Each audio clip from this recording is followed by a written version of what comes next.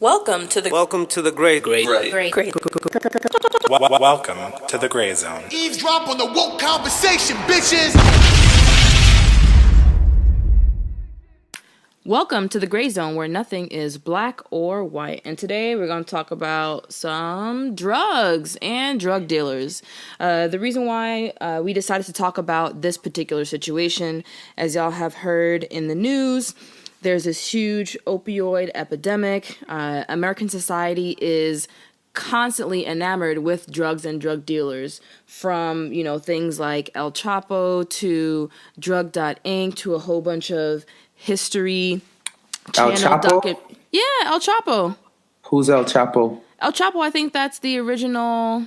What's that guy's name from oh my gosh, Plata o Plomo? That guy. Are you talking about the Netflix show with the big drug cartel guy? Yeah. Person? Yeah. Okay. Yeah. So, thanks for messing up my intro, DoctahP. It's all good. Anyway, it's all good. So the reason why, American society, just every society, is enamored with this whole drug dealers, this drug lifestyle, you know what I'm saying? And so we decided to talk about it. Okay. So my first question to you is, when you think about a drug dealer, who do you think about?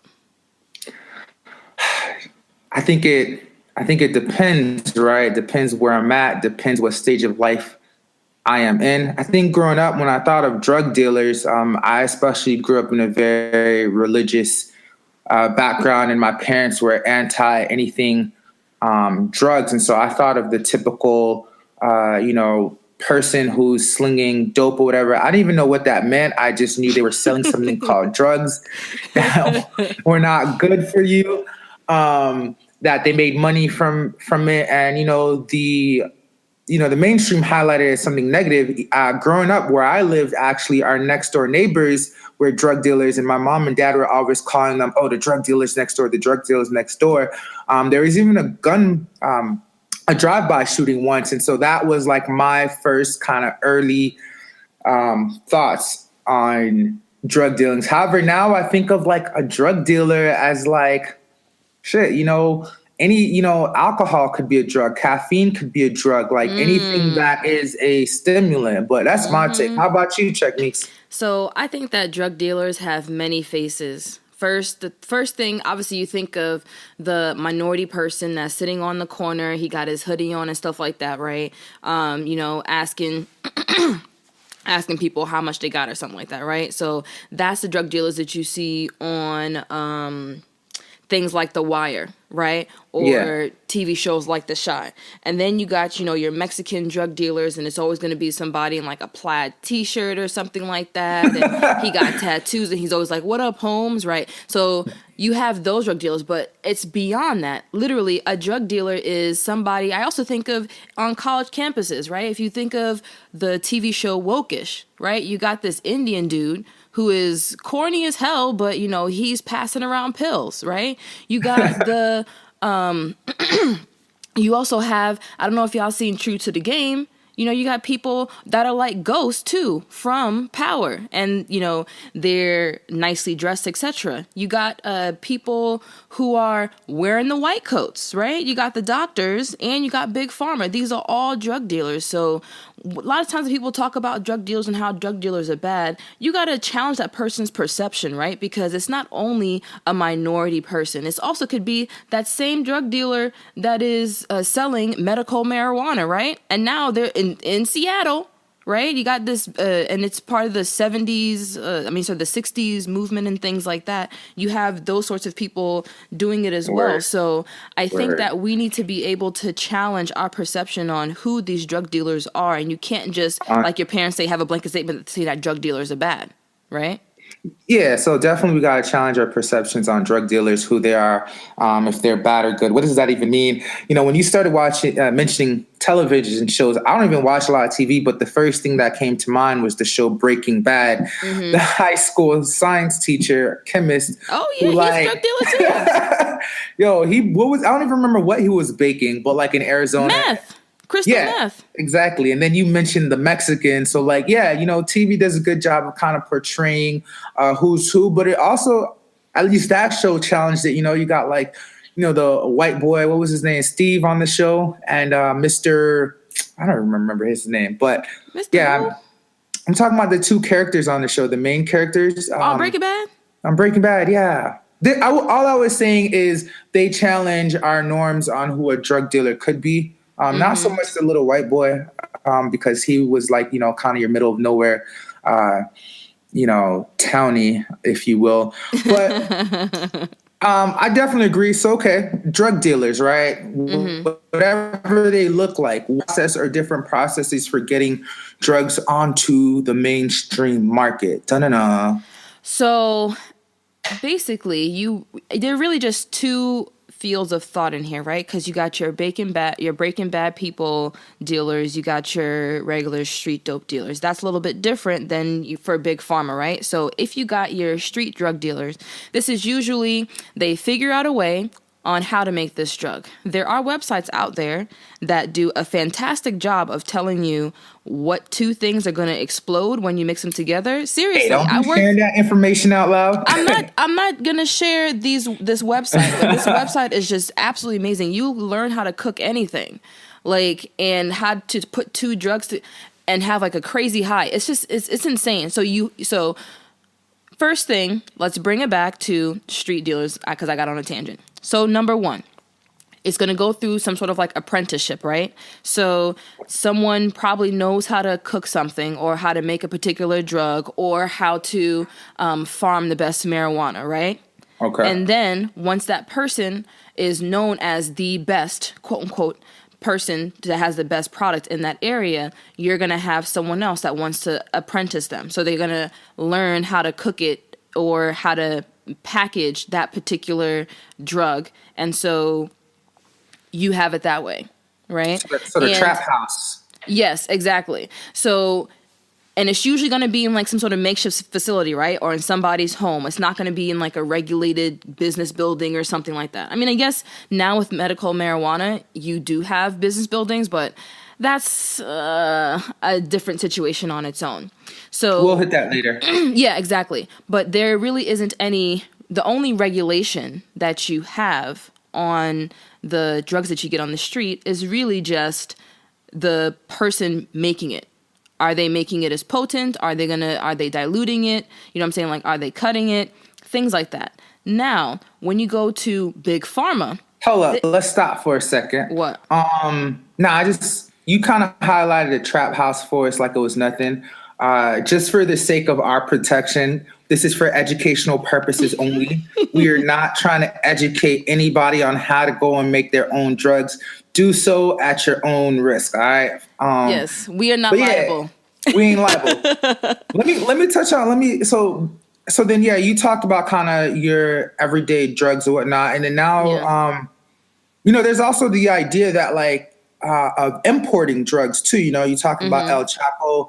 And so before we move on to Big Pharma, sometimes too, you can, and there's a whole bunch of conspiracy theories too on actually, the government going to other places and actually buying lump sums of drugs, cocaine especially, and then buying it here and dumping it onto the market, right? Cocaine is a hell of a drug. It's a hell of a drug, right? So then, that's one big kind of conspiracy theory going around like the war on drugs, et cetera, in the 1970s was something that was kind of, what's the word I'm looking for? Designed, if you will. But so I just wanted to make light on, it could also be drugs that are imported, made elsewhere and then shipped to wherever it's trying to go. Mexico and Colombia and a lot of other South American countries get a lot of fame or let's say negative fame for that kind of stuff. But Big Pharma, and you kind of jumped into Big Pharma, but I don't want to assume that everyone knows what it is. Big Pharma, that's all the big pharmaceutical. Yeah, all the pharmaceutical companies. So you have companies like Johnson & Johnson, GlaxoSmithKline, oh my gosh. There are a whole bunch. Unilever, they're the ones that make, they're the ones that do Dove soap and stuff like that, but they also have it's a parent company that makes other drugs. Say, for example, the company Bayer, things like that. So that's pretty much Big Pharma when I describe it. So you mean they selling soap and they also selling drugs? I get it. they got to make your skin soft and make your skin clean before they, they take that pain away. They're doing it. They're doing it through different platforms or companies, but it's just kind of an interesting thought. I never actually thought about that. All right, cool. Yeah. Big Pharma, how they do it? Okay, so you really just have two separate branches, right? So usually, and this is what I have seen, right? So when I was outside of the country, I was in a third world country for a period of time, living there for several months, half a year, developing right? Country. Yes, a developing country for several months. And a lot of these indigenous countries, they have like medicinal things that they can use to help, right? So in that particular country, they had this bark that you would chew on. So anytime you have some sort of pain or anything like that, like a tree bark, a wooden bark, like I don't know what kind of plant this is from, but it looks like bark. It's brown, and I tried it, and the shit works. It really does. So wait, what kind of pain?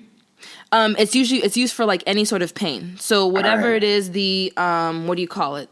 The plants and stuff like that. So usually people in a particular area find that this particular plant or a particular tree or whatever it is, this particular mud has some medicinal purposes, whether it is to cure eczema, pain, whatever it is, right? You have these companies that then come to that particular area because now it has become a little bit famous.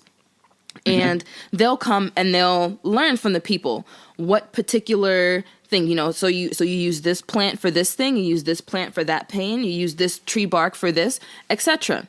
They sample those things.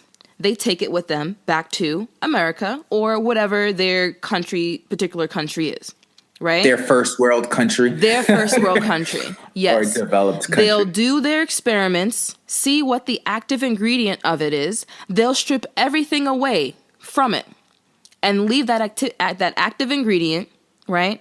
You put it in a pill form, add some stabilizers to it too, because everybody loves pills. Nobody in America wants to, drink all these teas and, chewing on some bark, So wait, what's the stabilizer though? Like, you mean like it stabilizes the properties of the... Yeah, so it's going to stabilize the property of the active ingredient so that, for example, when you put it in a bottle, it doesn't dissolve.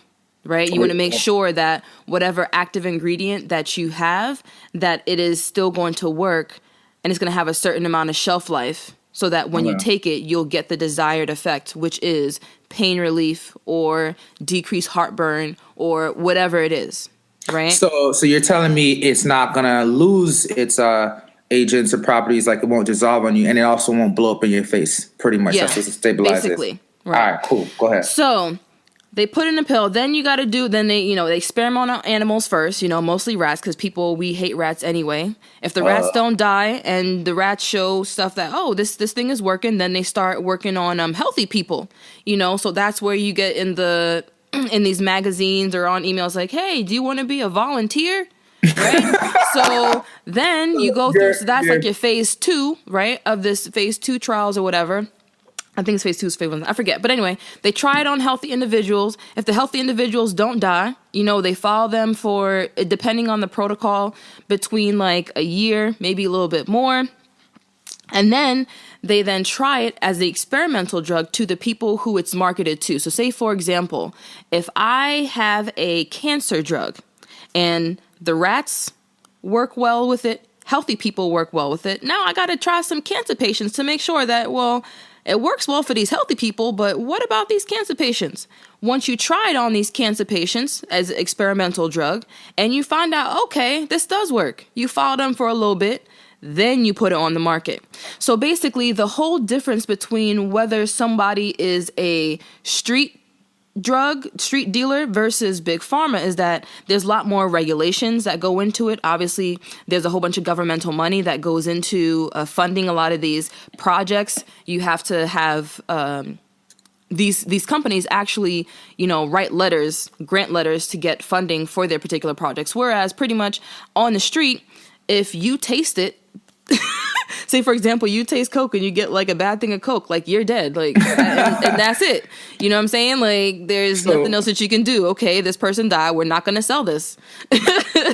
So that's pretty much the difference between it. Yeah, so pretty much, I guess what you're saying, big pharma, the drugs have to be FDA approved. The FDA is the U.S. Food and Drug Administration. They do a lot of the verifications as to what's a drug that is not a danger to people. And so, I mean, interesting. We go from lab rats to people as lab rats. I mean, we don't even go to monkeys. Like, we just go straight from rats. Look at PETA. PETA, we love monkeys. We love furry things. We hate rats. You hate rats. I love all animals. Jesus. I might not keep them all as a pet, though. I'll just say that. But, yeah, okay. So then, you know, and I think you did a pretty good job. CheckMeeks is getting her stuff together. You did a pretty good job of kind of delineating the differences between big pharma and, you know, our street drug dealers.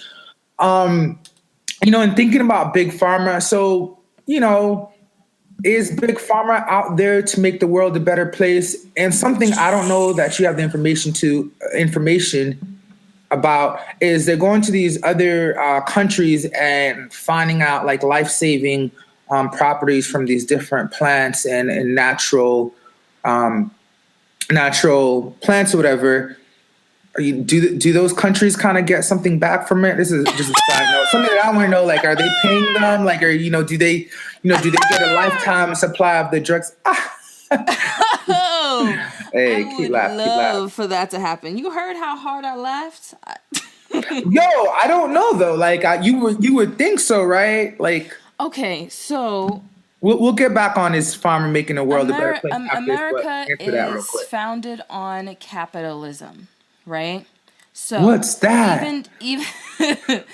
Even though you're going to these other countries, I mean, you could also be making these things in a lab, right? Or, you know, for example, like penicillin, it's a bacteria that they found, I think was it like 1920s, 1930s, literally in the ground that was like a mold, not in the ground, that was like mold on bread, and they found out that it worked to help, you know, fight other bacteria, right? So you have something that is living, right? A naturally growing thing. You then strip everything from it, like I said, except the active ingredient, and then you're going to put mad patents, right? Because you want to be the only company that's going to be making money off of this potentially life-saving treatment. So they're not going to, to give money back to these places? What kind of madness are you talking about, bro? That don't work. Listen, okay.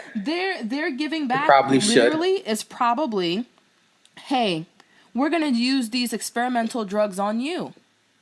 Oh Lord. I don't like the sound of this. So is big pharma out to make the world a better place? Here's my answer, and I'm mad you started talking about penicillin. I'm not finished with my answer. Hold on. My bad. Okay. I heard a pause. Go ahead. You know what? That was a long pause. I apologize. Okay. You're good. So I think that initially people did want to find these drugs to make the world a better place. But I think that it has gotten muddled with this whole idea of capitalism and greed, and has then shifted the focus from actually trying to help people or save lives, and you just want to manage diseases. Because if you manage a disease and you don't find a cure, then people are going to be paying you every single month for the rest of the life, or the duration of that particular disease.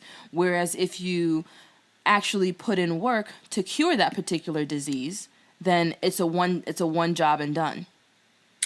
Damn, CheckMeeks, you pretty much took my answer out of my mouth. Oh, you did? Oh, my bad. I'm sorry. No, you're good. You're good. As long as the information gets out there. Mm-hmm. As Spider-Man's grandfather, I don't remember whoever, says in the movie, I think it was like the first one, with great power comes great responsibility. Mm-hmm. So pretty much to reiterate what CheckMeeks just said, I believe that a lot of pharmaceutical companies have like cutting edge medicine, and the goal was to help people live longer lives with like physical and internal diseases, maladies, or whatever, Yeah. so that they could have more productive lives and live longer, with these medicines. However, kind of like you said, you mentioned capitalism. It's more about profit making, and for instance, the person who was the father of penicillin. I have his name down Penicillin. here somewhere. Give me penicillin. My bad.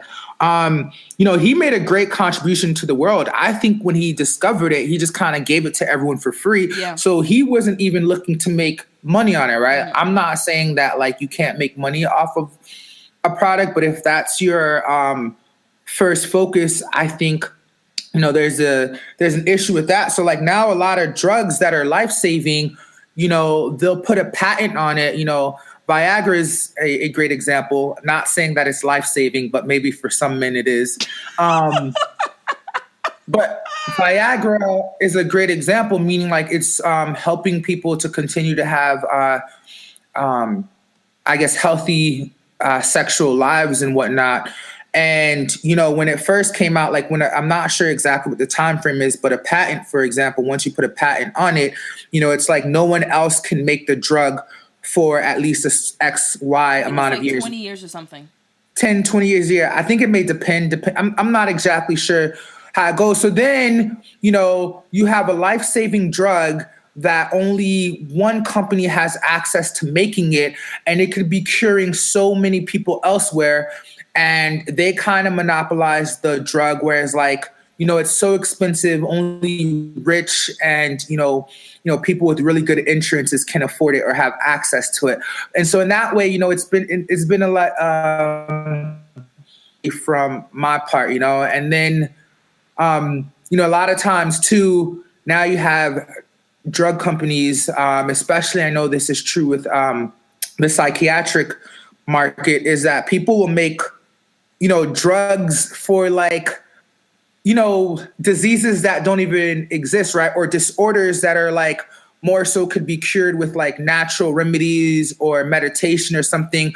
But people are so quick to label things because once you label something as a disorder or disease, guess what? You can make a drug forever. Yeah, it stays with that person forever. Yeah, depends if you play to it or not, if you define yourself that way. But but once that disorder or label exists, now drug companies have an incentive to say, oh, look, there's a new label out there. We need to go find another drug to cure this, and boom, another profit, another cash cow for them. You know what I mean? And so in that way, it's getting a kind of muddled, as I think you said earlier. I see what you're saying, but that actually makes me think of what you said earlier about life-saving drugs. I mean, because there are life-saving drugs, right? For example, vaccines. And vaccines, that's debatable, but go ahead. No, seriously. You know how many children die before smallpox? You know how many kids died? Like, seriously, our population would be wiped out without vaccines. And vaccines are actually very, very affordable, obviously, right? And it can pretty much cure you.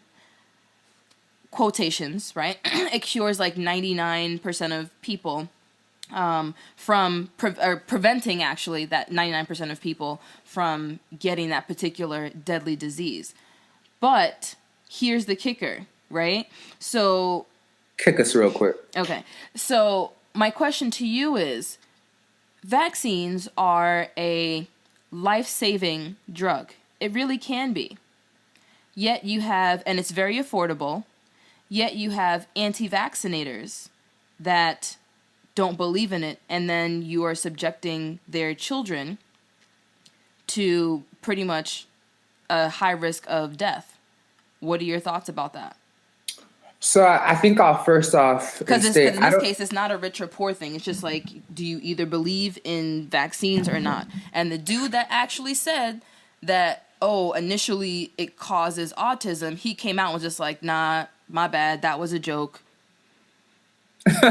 or he was going off poor information. I guess I'm still on the fence as if I am for vaccines or not. So I'm not necessarily from one side. There could be some vaccines that do good. There could be some vaccines that don't. It might also depend on the genetic makeup of the person. You mentioned how like it's with the vaccines, a lot of deaths have been prevented. But I wonder, is that just a factor of our like, us living in a developed country and our living standards becoming a lot better? You know what I mean? Could it just be that? I don't know, right? With viruses and stuff like that, like, I mean, there's Yeah. certain things that we don't get here because we're in a developed country. First off, people are exposed to different stuff, right? Like, in the U.S., we don't get malaria, right? Whereas in, like, African countries or Caribbean countries, you'll get malaria. You know, in Knock the on U.S., wood. we don't get dengue fever, but you get in other countries. So it depends on the species of animals and insects that are out there and the different viruses that are out there. So, but as far as things like smallpox, which, oh my gosh, have you seen pictures of kids that had smallpox? Like, you will literally die from that, and it's a very painful death. Yeah, right? they look like big ass chicken pox. Like, speaking of, that shit is not funny. It really isn't. Like, Sorry. You know what I'm saying? But anyway, these viruses that cause these diseases are still out there. They are still within the United States, and the only reason we're not getting it is because people are vaccinated against it. So you already have your armor on. You know what I'm saying? Like, gotcha. Yeah, and I mean, like, I'm gonna give you the benefit of the doubt. You know, CheckMeeks, aspiring doctor, does her research well. Listen, I already put some respect on my name. Okay, Dr. CheckMeeks. Dang, but we ain't gonna call you Dr. CheckMeeks on the show because I'm Dr. P. But yeah, no, I guess for me the information is not clear, and so therefore, I'm still in the middle of the fence. Mm-hmm.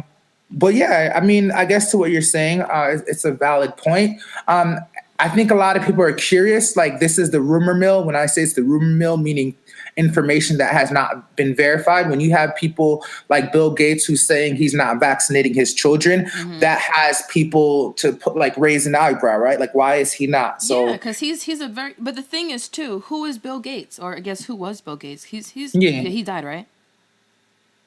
Bill Gates, no, you're talking about Steve Jobs. Steve Jobs died. Yeah. So Bill Gates is still alive and well, head of Microsoft, as far as I know. But the thing is, he can afford to not vaccinate his children, right?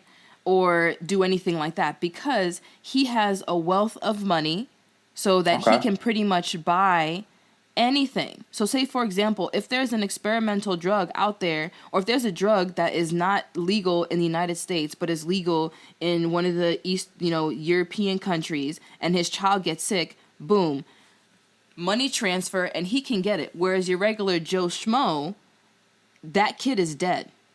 Or that kid is going to have that, disease or whatever. Yeah, let's not stay on this too long, but it's just like, or does he know something that we don't know, right? But I don't know. Speaking of chickenpox, I'm going back. Like, what? No one gets chickenpox anymore because there's a vaccine for it. So you could be right. You could be right. All right. Okay. Let's keep it moving. What's the difference between an over-the-counter and behind-the-counter drug? So over-the-counter is more like you've gone to a doctor or you've seen, it on the shelf, right? So you technically over-the-counter is something that you can easily go to your regular pharmacy and buy it without having a prescription. I also like to think over-the-counter is, you've gone to someone that is licensed for something, right? Yeah. And has the legal right to be able to prescribe you a particular medication, right? Okay. So I look at that as over-the-counter. Now, when you go behind the counter, that's a little bit different, right? Because behind the counter to me is more like your street drug, or it could be your pharmaceutical drugs, like your regular prescription pills, but it may not be for you, right? So you got, my little old grandma over here, and she got some back pain, and little Johnny, her nephew, or her grandson or whatever, he's like, oh, grandma got some opioids. let me go ahead and, I want to feel this high. She ain't gonna remember. I'm the one that's counting out her pills. Yeah. Right? So that's how I see the behind the counter is like either you're getting it first off, it's not prescribed to you or anything like that, and you're getting it in ways that are kind of sketchy. Okay, but technically speaking, a behind the counter drug you should be getting a prescription for. Yeah, but like I said, it also could be a street drug. That's how I see behind the counter is too. It also could be a street drug. Give me an example. I want to make sure I'm following. So say, for example, like crystal meth, right? Okay. Like you can have a pharmacist or something like that that's also a drug dealer, and he's pushing pills on the side, but also pushing his own stuff on the side. The counter doesn't have to be a physical counter. You know that, right? Of course not. Okay. Of course not. Just for the terms of like labeling. Okay. What do you think about it? I mean, the way I always thought of over the counter, behind the counter was that over the counter drugs that you don't need a prescription for. So anybody could walk up to Rite Aid, CVS, or any pharmacy, and as long as they got the money for it, pay for that drug. Over the counter, you need a prescription. But yeah, you mentioned something interesting, and I think privilege plays a lot into this, is, people finding ways to get drugs that don't belong to them. I think about college students, how a lot of people got their hands on Adderall, like, kids were getting prescriptions from the family doctor. The family doctor is just friends with the family. So it's like, yeah, of course I'll write you this, whatever you need, you know what I mean? Mm-hmm. And those, while there are a lot of negative effects to Adderall, I'm not advising that anyone go out there. But a lot of people use those to like concentrate in terms of if you're in school. When we were in college and people were taking Adderall and they were doing so well and like messing up the curve, and I'm like, what am I doing? Like, I'm just here actually studying. You know what I'm saying? And they were losing weight too. You know what I'm saying? Like, I'm over here working out, actually studying, and y'all could just take a pill for that? What? Yeah, I mean, it's so privilege plays into that. I think about Hollywood, I watch a lot of TV shows, and a lot of, the famous celebrities, they have access to their doctors, and I think they have a lot of stress. I think Hollywood tends to bring different kinds of stress on one, but it's so easy the way they can get prescriptions so easily. They just go to their doctors. Their doctors don't think twice about it. And that's also a shame, because a lot of the famous deaths in Hollywood have come from overdoses, right? Mm-hmm. A lot of times these doctors go to trial, and because, they kind of have great lawyers, they don't actually face the consequences for it. But I think privilege also plays in the perception of drug dealers, is because, I'm going to be a drug dealer, right? Because I'm going to be wearing this white coat, and I'm going to be prescribing, medications that I think that are best for my patients, right? But people trust me because I have worked my ass off, right? I have gone through years and years of medical education, going through training, so people trust that, right? Like, people trust a pill more, like I said before, more than they would trust, like, saying, okay, here, chew 5 sticks of this bark and then you'll feel better. You know what I'm saying? Like, and I think that when it comes to like a street dealer, people won't trust them. You know what I'm saying? Like, you'll feel like, you know what I'm saying? Like, you're very skeptical. Like, say, for example, if I smoke weed, or if I do coke, or if I do crack, and I'm going to a different area, I got to do my research, right? I'm asking people like, yo, who got the best dope or whatever, things like that. Because you really only have one chance. Because if things don't work out, like, you could have a heart attack. You could be dead. Yeah. You can have, like, all these different bad things can happen to you. So, that's why people who are drug dealers and they have great product, their clientele is just, like, through the roof, because the product is so good and people actually trust you. Just like, the clients of the drug dealers that are on the streets, that are in your medical dispensaries, how the clients trust them. It's just like how the doctor-patient relationship. And it's just a matter of the dudes on the street, like, it's just not regulated. Yeah. And first of all, I want to congratulate CheckMeeks. She just got into a top university. She matched for her. Explain it to me a little bit. So you're, you don't got to give us too much information, but this is... Exactly. this is for your residency? Like, Yeah. I'm not too sure. Like, okay, so you've already put in the time. Now you got 4 years of residency to practice under a medical institution. Correct. Hey, and then 4 years after that, she can go and practice on her own. Awesome. But yeah, kind of you mentioning that, the dispensaries and all, I think Nurse Jackie on Netflix is a great show for people to go and watch. Like, it kind of, talks about privileges different people have around medicine. Yeah, especially with marijuana becoming legal. I live in Florida right now. It's currently legal. I think they just haven't thought about, the technicalities around it. And so now, it's like your hood, meaning marijuana provider, your regular person without a lab coat, doctor, they won't, they're going to lose business because you have these official dispensaries coming that can provide medical marijuana. And so, yeah, there's definitely a huge factor in, who you can trust for it. And so I'm telling all the hood folks right now, why don't y'all go and get an official dispensary and make it legally, right? And not just from the black market. But that's just my thoughts on it. Do I think people will still buy from the black market? Sure, but the quality may not be as like up to par. You don't know what you're getting, with medical marijuana being legal. You can now verify this.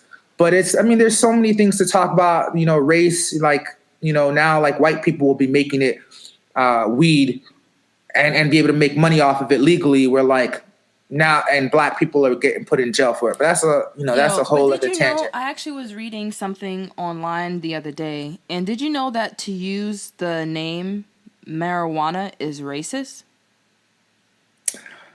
Perceived as racist? I did not know. Go ahead, tell us. I'll tell you why. Let me just break it down for y'all real quick, because obviously we know that the real name of the plant is called cannabis, right? Yeah.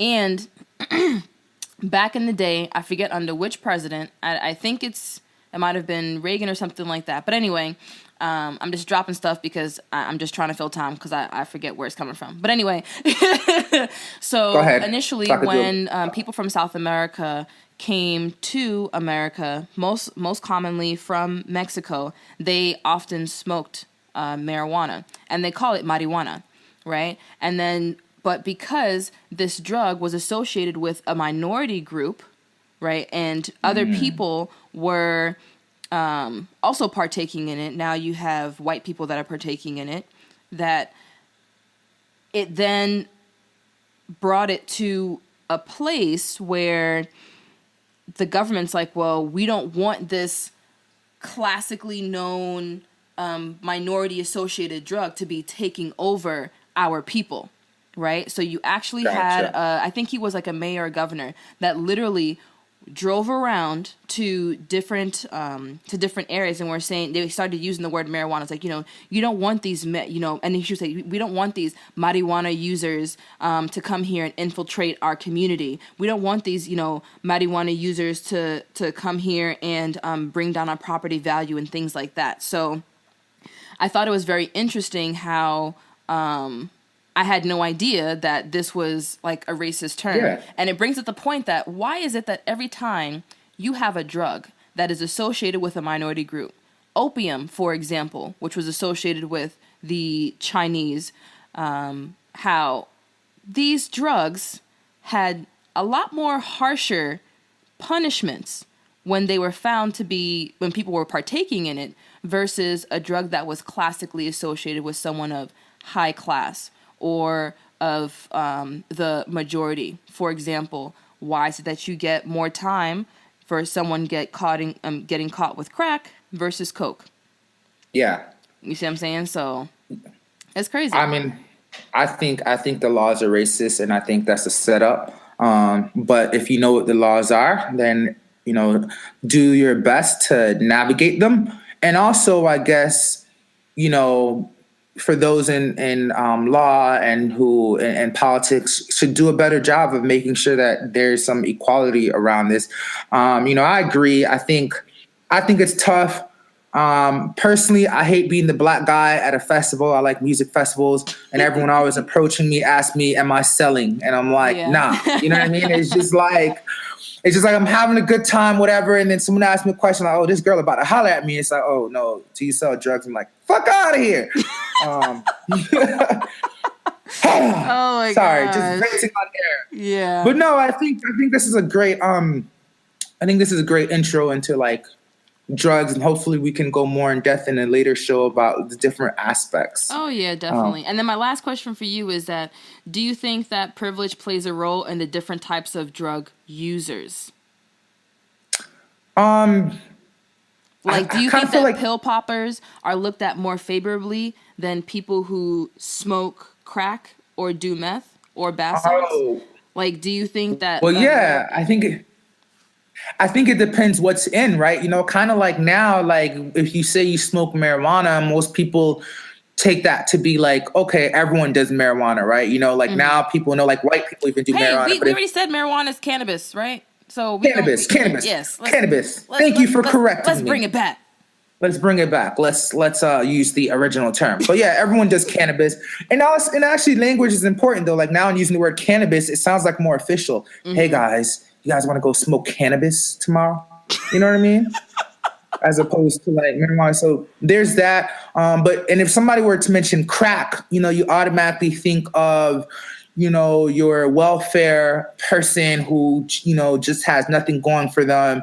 And that's the kind of perception that comes to mind. You know, and opioids right now, you think of middle of America, you know, poor white people kind of thing. So I think, you know, there's different perceptions that come into mind once a drug is mentioned.